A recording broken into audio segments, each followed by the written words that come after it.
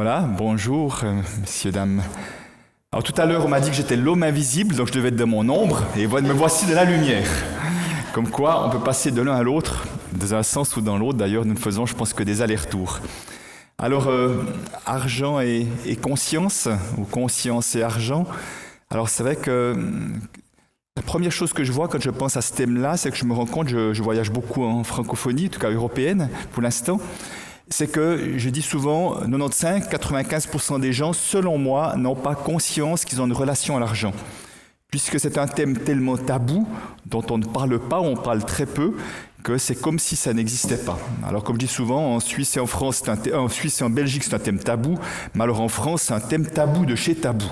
Là, il y a vraiment quelque chose, une crispation très forte sur ce thème-là. Donc, comme si c'est un thème, c'est comme s'il n'existait pas, finalement, les personnes continuent de fonctionner de la même manière et que l'argent prend beaucoup de place dans leur vie sans même qu'ils en soient conscients. Et souvent, je dis l'argent prend beaucoup trop de place.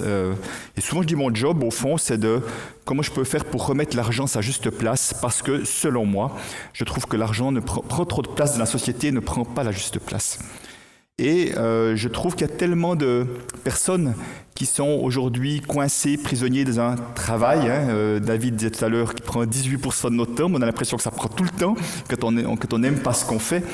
Et je trouve qu'il y a tellement de personnes qui sont coincées, prisonniers dans un travail, et qui n'osent pas en changer, alors qu'au fond, ils ont des talents, ils ont des dons, ils ont quelque chose d'unique à proposer, mais ils n'osent pas en changer, et que l'argent est un des gros freins qui empêche de changer. C'est pas le seul, mais c'est un des gros freins à mon avis, et je trouve que c'est du gâchis. Et j'aimerais, moi, justement, dans mon travail, dans mon activité sur ce thème de la relation à l'argent, c'est comment faire en sorte que l'argent soit un compagnon de parcours sur notre chemin de vie, plutôt qu'une source de stress, une source d'angoisse, une source de conflit, ou je ne sais quoi d'autre. Et je disais tout à l'heure, en fait, que nous en soyons conscients ou pas, l'argent prend beaucoup de place dans nos vies. Je donne 2-3 exemples très concrets. Ce matin, juste avant de partir, je suis vite allé faire des courses alimentaires dans la petite coop du village où j'habite. Et puis, j'ai acheté des pruneaux. Alors voilà, je regardais et les pruneaux bio étaient 10 francs 60 le kilo, alors qu'il y avait une action sur les pruneaux suisses à 3 francs 60 le kilo. Vous voyez, vous imaginez le genre de réflexion que vous faites dans la tête. Hein. J'ai l'habitude de prendre du bio, puis je me suis dit, ah ben c'est du suisse, ça doit comme être bien, je prends les pruneaux à 3 francs 60. Vous voyez, mais j'ai dû me raconter une histoire, et cette histoire-là, c'était... il y a trop de différence de prix, et puis d'autres, c'est du suisse, ça doit comme pas être trop mal, et en plus c'est du gâteau, ça va cuire, sûrement que les saloperies seront parties. Voilà, ça c'est des histoires, le film que je me suis raconté en l'espace de quelques secondes, hein, voilà, mais voilà, des choses comme ça. Et à un moment donné, quand il s'agit de dépenser de l'argent pour soi, je vois à quel point c'est compliqué pour beaucoup de personnes qui sont prêts à dépenser facilement de l'argent pour les autres, mais dès qu'il s'agit pour soi, aussi, on va se raconter toutes sortes d'histoires. Hein. Alors, on ne va pas le dire tel quel, est-ce que je le vaux bien, mais quelque part, il y a ça qui est sous-jacent derrière. Est-ce que je peux vraiment m'offrir quelque chose de ce prix-là pour moi? Est-ce que ce n'est pas trop pour moi par rapport à la valeur que je me donne, même si... Donc, il y aura aussi toute une série d'allers-retours qui vont se faire dans notre tête. Je vois également aussi comment je peux me raconter des histoires pour justement ne pas voir l'impact peut-être que mes actions ont dans la société. Parce qu'on a aussi une question de conscience. Et je suis allé en vacances dernièrement, 2 semaines, il y a 2 semaines de ça en Égypte, je suis allé à la rencontre des dauphins. Et c'était un moment exceptionnel. Mais pour ça, je voyais bien que je me dis, ben tiens, j'ai comme voyagé en avion 2 fois, un aller et un retour. On a quand même pris 2 heures, un véhicule qui est venu me chercher moi tout seul, j'avais pas le même temps que les autres, 2 heures de véhicule. Et puis finalement, un bateau qui utilise de l'essence. Alors vous voyez, si je prends un peu de recul par rapport à le plaisir que je me suis offert, qui était très grand, même ça n'a pas été toujours confortable, quel est l'impact que ça a dans la société? Comment est-ce que mon argent est utilisé? Et est-ce que cette utilisation, est-ce qu'elle rend, est-ce que ça rend, c'est au service de la société, c'est au service du vivant ou pas? Alors, si je prends du recul et que je raisonne vraiment en termes de société, je peux voir que ce voyage finalement était extrêmement égoïste, même si j'en ai retiré des choses qui me rendront peut-être meilleur.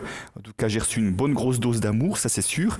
Mais, vous voyez, je peux me poser des questions, de se dire, est-ce que finalement l'impact négatif de la société mérite que je fasse tout ça et que je participe à la pollution dans ce monde-là? On peut se prendre la tête sans arrêt avec ce genre de choses-là, si on en a envie ou pas.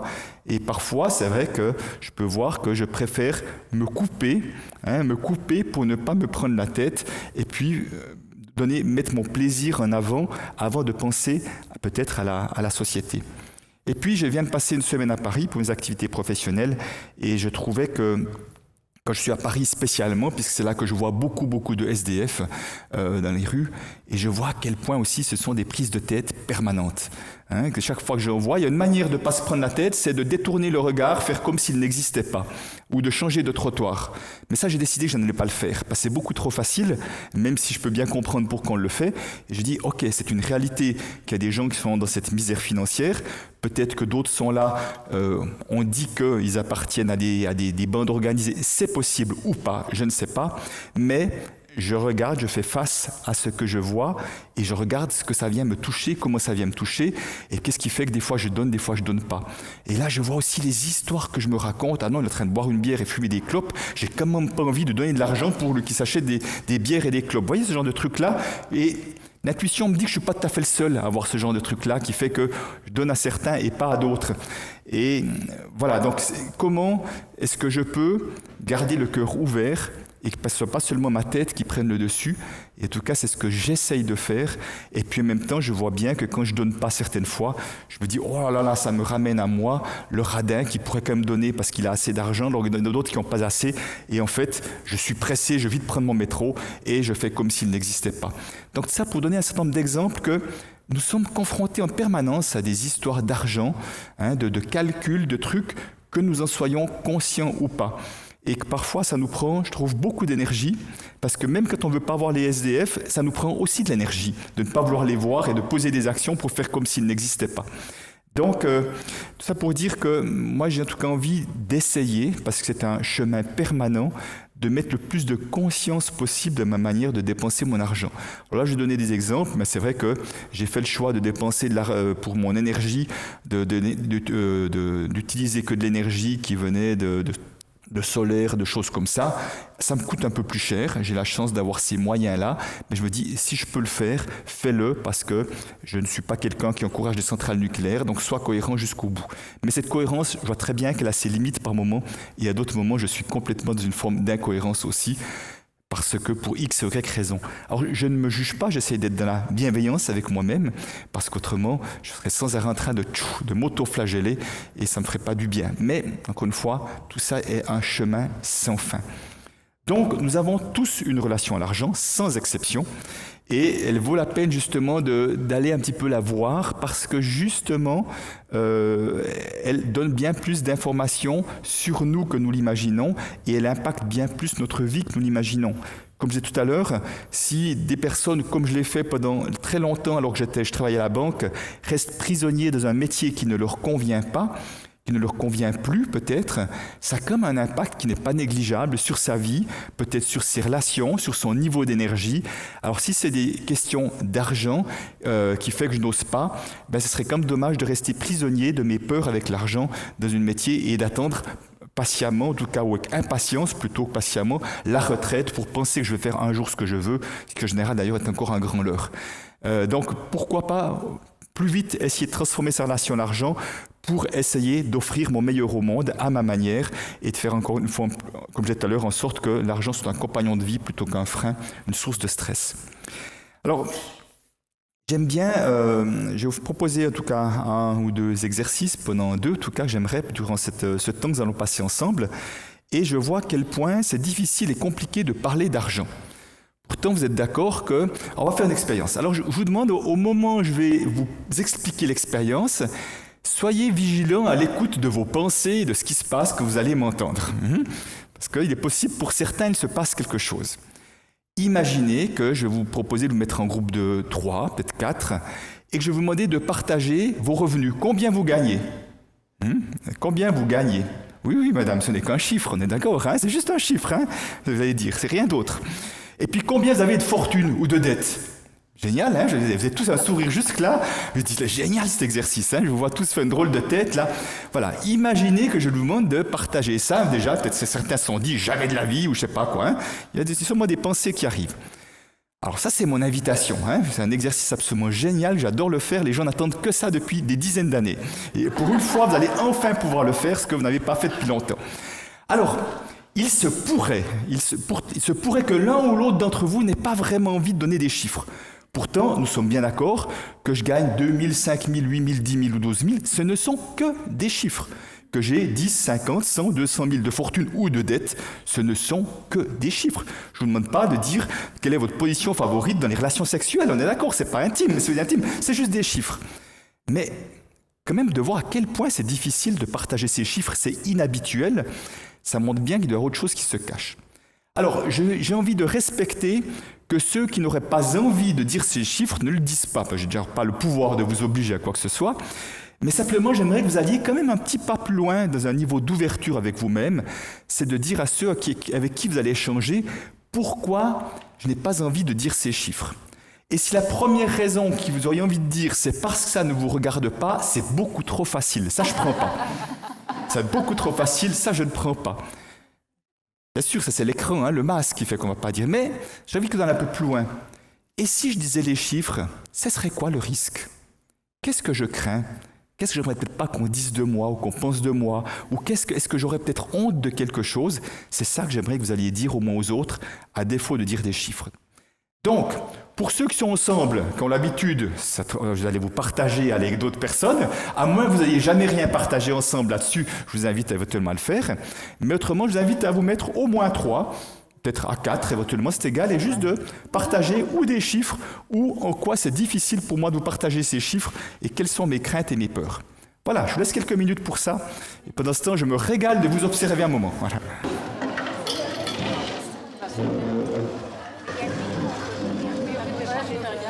Voilà, je vous invite à reprendre vos places.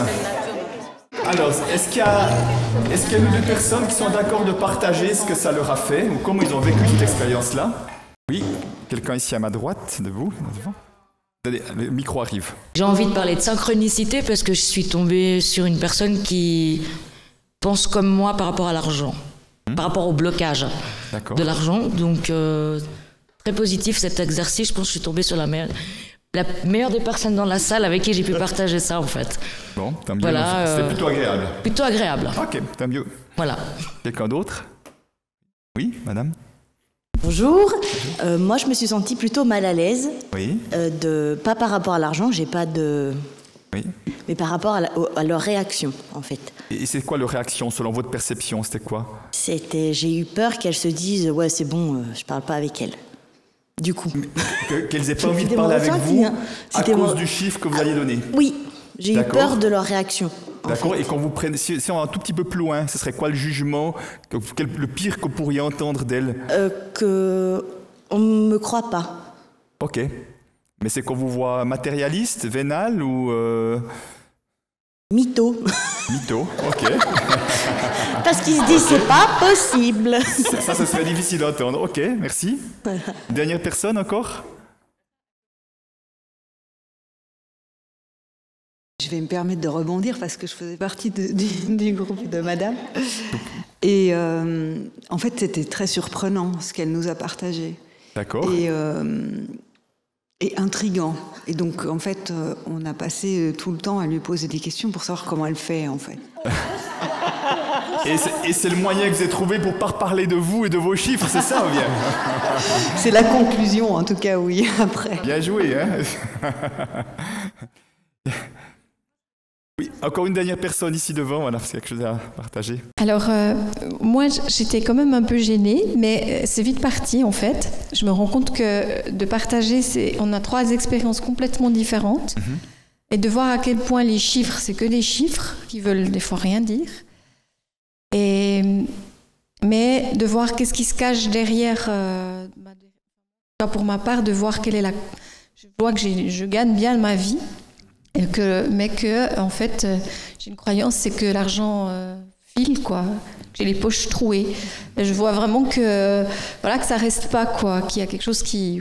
J'en ai, mais j'en ai pas, quoi. Ok. Oui, non. Et en fait, de voir que derrière chaque ressenti, il y a aussi une croyance.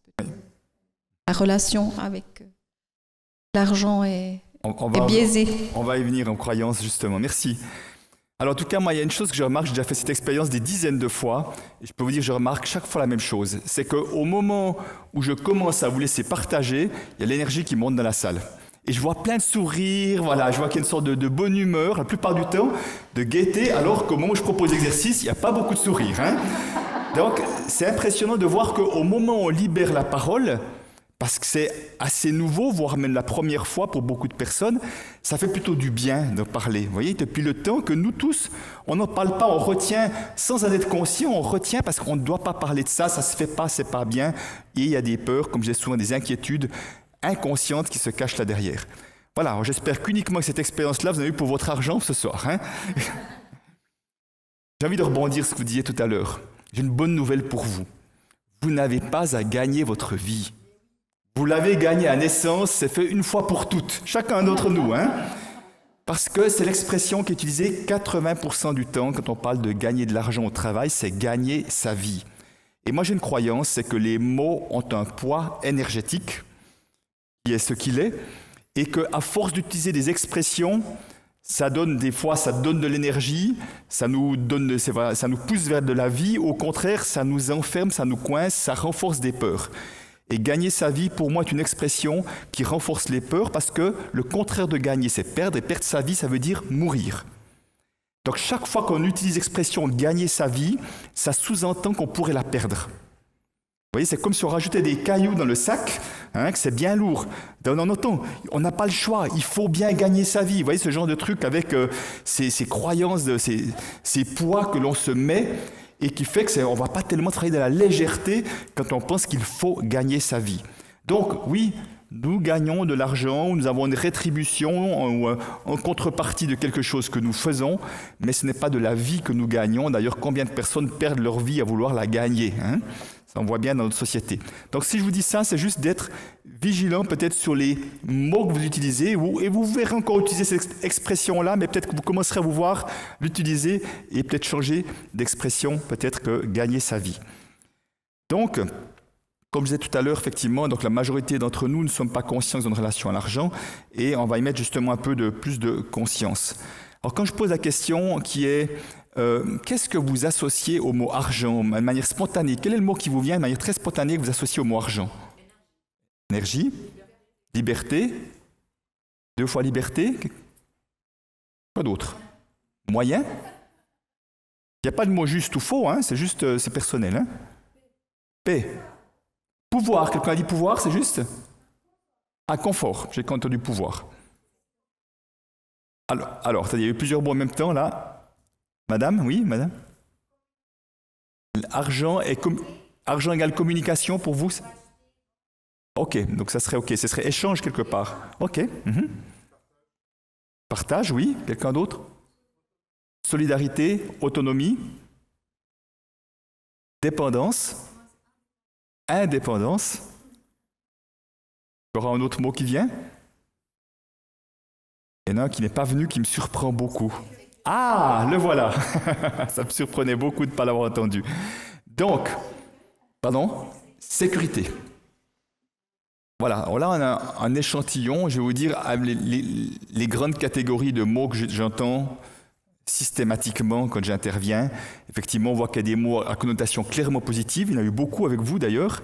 Hein, c'est sécurité, liberté, autonomie, indépendance, confort de vie, solidarité, énergie, j'imagine c'est positif, mais je ne sais pas, voilà. Oui, tout à fait. Voilà, donc ça c'est les grands classiques, mais surtout sécurité et liberté, c'est les deux que j'entends le plus souvent. Et puis, j'ai pas entendu beaucoup de mots qui étaient plutôt négatifs. J'ai entendu dépendance tout à l'heure. Je ne sais pas s'il y en a d'autres qui sont sortis, mais j'entends très souvent l'argent, c'est l'injustice. L'argent, c'est source de problèmes. L'argent, c'est source de conflits. L'argent, c'est sale.